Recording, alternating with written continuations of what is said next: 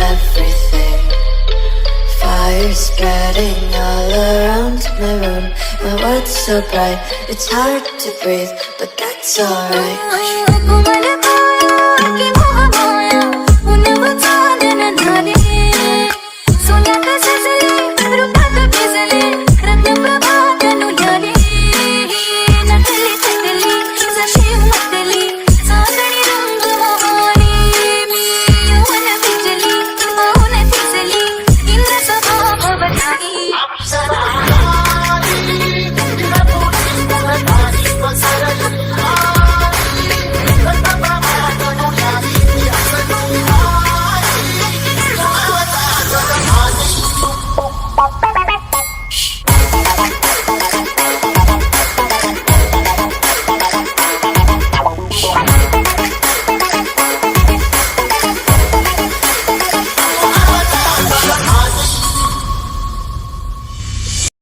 So hello guys, कैसे हैं आप सब लोग। आशा करता हूँ आप सब ठीक होंगे।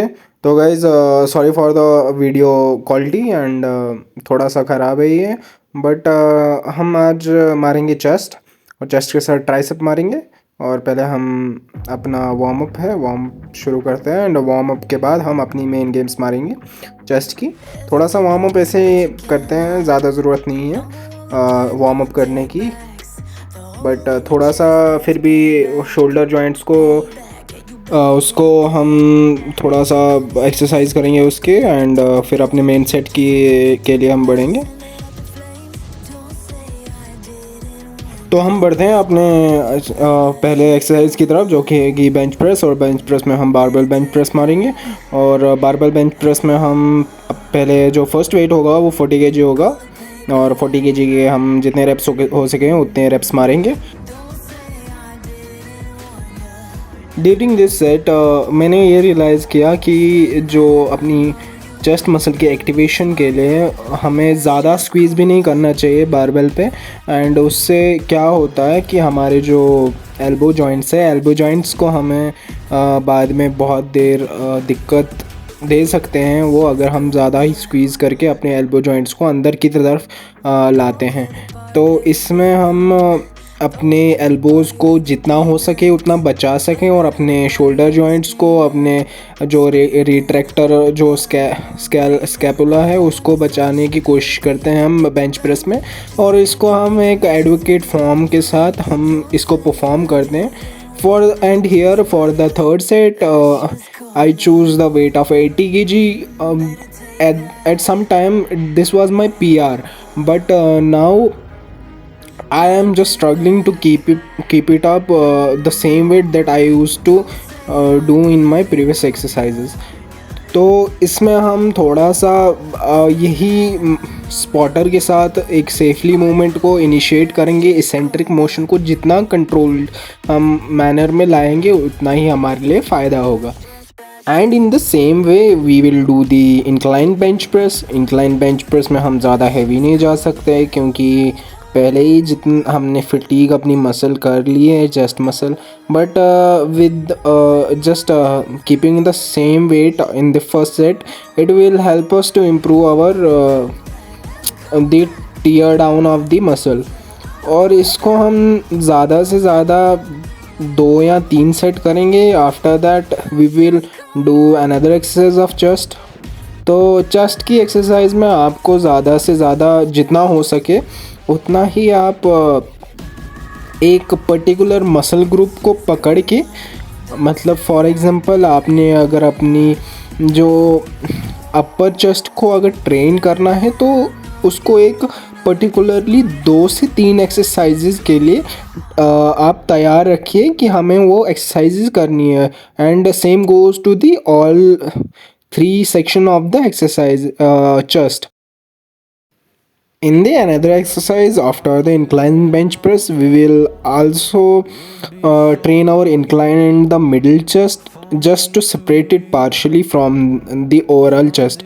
और इसके लिए हम incline bench को रखेंगे केबल्स के साथ और incline केबल bench मार देंगे हम। और इसका यही है कि हम सिर्फ इस एक्सरसाइज का बस इतना ही हम हमारे लिए महत्व है कि हम सिर्फ गुड रेप्स लगाएं।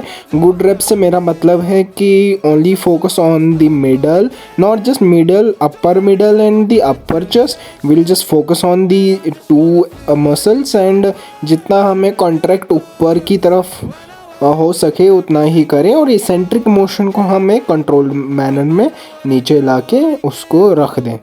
And in the end of the session हम थोड़ा सा अपनी जो रिस्ट को है वो इनवर्ड हम पुश करेंगे ताकि हमें ज़्यादा अच्छा उस मसल को फील कर पाएँ। To make sure that we are doing the only the good reps, हम अपना जो जितना भी हो सके उस पे माइंड मसल कनेक्शन पे हम फोकस रखते हैं। एंड माइंड मसल कनेक्शन से मेरा मतलब है कि जितना हो सके हम उसी पार्ट ऑफ द मसल को यूज़ कर पाएँ और बाकी कोई मसल फटीग ना हो पाए। जितने दिन होते जा रहे हैं उतना ही अच्छा मेरा माइंड मसल कनेक्शन बन रहा है, and in the end it is benefiting me in the good way, and the good reps just taking it on the another level। और मैं आपको भी जस्ट सजेस्ट करता हूँ कि आप सिर्फ अपने गुड रेप्स को ही काउंट कीजिए, and it will just help you in the longer run without any injury. With our third set to be completed, in the last set we will push a little harder with the gain in the weight, ठीक है। और इसके साथ हम just make sure to do a super set for the overall chest development and nothing at all. Lower chest के बाद हम flies मारेंगे। फ्लाइज को हम वेरिएशन के साथ करेंगे, जैसे कि प्रीवियसली चेस्ट डे के दिन हमने उसमें वेरिएशंस लाई थी। First we will do the flies and then we will do the exercise for our middle chest. Middle मतलब इनर चेस्ट के लिए हम उसको थोड़ा सा ट्रेन करेंगे।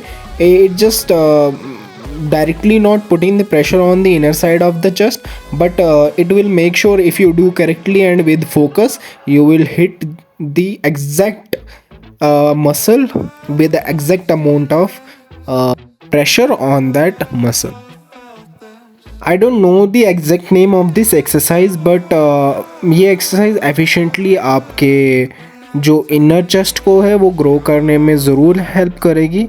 एंड इसमें आपको क्या करना पड़ेगा, फर्स्ट सेट्स के साथ डंबल के साथ आपको जो होगी वो पूरा अपवर्ड मोशंस में आपको, आप केबल के साथ भी एक्सरसाइज कर सकते हैं, बट अपवर्ड मोशन में जो हमारे पास इस जिम में वाइड केबल्स है, वाइड स्टांस के साथ केबल्स है, उससे पॉसिबल नहीं है। And that's why I am doing with the dumbbells. And after that we will put select a 15 kg of a plate which will generally focus on our inner chest, and इसमें हमें shoulders के साथ बिल्कुल भी ज़ोर नहीं लगाना है। मैं फिर से आपको कह रहा हूँ, mind muscle connection is the key to build the muscle. And इसमें क्या है, जो इसेंट्रिक मोशन है इसको हम कंट्रोल्ड मैनर में कर सकते हैं आप या नहीं कर सकते हैं, बट जो आपका जो ऊपर का मोशन है, ऊपर की तरफ जब ले जाते हैं प्लेट को, तो फुली अपनी चेस्ट को एंगेज करके ले जाएं। Not last and the we will do tricep with a barbell over the head. तो इसमें हम अपनी जो एल्बोज होगी उनकी जो फिक्स्ड पोजीशन रख के अब बारबेल को लिफ्ट करेंगे, and with a efficiently and with a controlled manner हम इसको इसेंट्रिक मोशन में लाएंगे। For the most of you don't know that the eccentric part of the exercise is the most crucial one, and आपको बिल्कुल भी पता नहीं चलेगा कि आपकी इसेंट्रिक मोशन कैसी है जब तक आप उसको अपने माइंड मसल कनेक्शन के साथ फिक्स ना कर दें।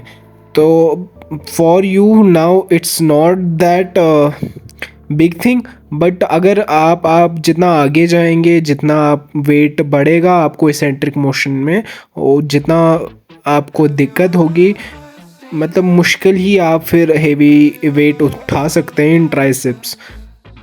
And today last exercise will be tricep dumbbell kickback, और इसमें हम ज़्यादा वेट कैरी नहीं करेंगे बिकॉज द अमाउंट ऑफ जो हम थक चुके हैं उसके लिए हम अब ज़्यादा से ज़्यादा वेट नहीं उठा सकते। And the optimal weight for me is 5 kg and for the next set it will be 7.5 kg। But इसमें मैंने इतना ही सीखा है अपनी जो फिटनेस जर्नी में कि जितना आप दूसरों से सीख सकते हैं उतना ही आप खुद के भी मसल पार्ट्स को एंगेज करके उतना ज़्यादा सीख सकते हैं, क्योंकि जो आपको दूसरे बंदे बताएंगे वो सिर्फ एक पर्टिकुलरली मूवमेंट और एक्सरसाइज होगी कि कौन कौन सी करनी होगी, बट आपको क्या आपकी मसल पे हिट हो रहा है वो सिर्फ आपके माइंड को ही पता चल सकता है। And for that just make sure that the mind muscle connection will be your first priority in the beginning stage. And with the time जो भी आपको बोले कि ये टाइम के साथ आ जाता है, मैं उनके लिए बोलना चाहता हूँ 1 नंबर के गधे हैं, क्योंकि मैं एक बिगनर हूँ और बिगनर को क्या तकलीफ़ होती है वो सिर्फ हम ही जान सकते हैं। और इसी के साथ हम अलविदा लेते हैं आज के इस एक्सरसाइज सेशन का और मिलते हैं आपको कल फिर से। तब तक अगर आप यहाँ तक बने हुए हैं तो आपका बहुत शुक्रिया और मिलते हैं कल। तब तक टेक केयर, बाय बाय।